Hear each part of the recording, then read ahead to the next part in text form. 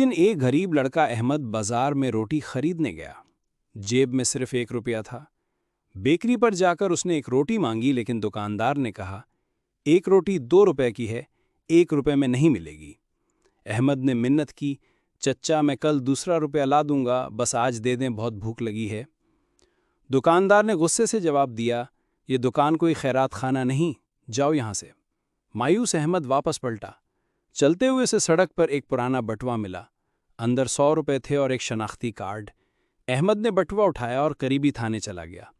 سپاہی نے پوچھا، بیٹا تم خود رکھ سکتے تھے، واپس کیوں لائے؟ احمد نے سادہ دل سے کہا، میری ماں نے سکھایا ہے کہ حرام مال میں برکت نہیں ہوتی اور میرا ایمان پیسے سے زیادہ قیمتی ہے۔ تھوڑی دیر بعد بٹوے کا مالک آیا، وہ ایک امیر تاجر تھا۔ اس نے احمد کی دیانت داری پر خوش ہو کر اسے 500 روپے انعام میں دیے اور کہا، ایماندار لوگوں کی دنیا بھی روشن ہوتی ہے اور آخرت بھی۔ اسی دن احمد نے بیکری جا کر وہی روٹی خریدی، مگر اب اس کے دل میں خوشی اور فخر تھا، کیونکہ وہ بھوکا تو رہا لیکن اپنا ایمان نہیں بیچا۔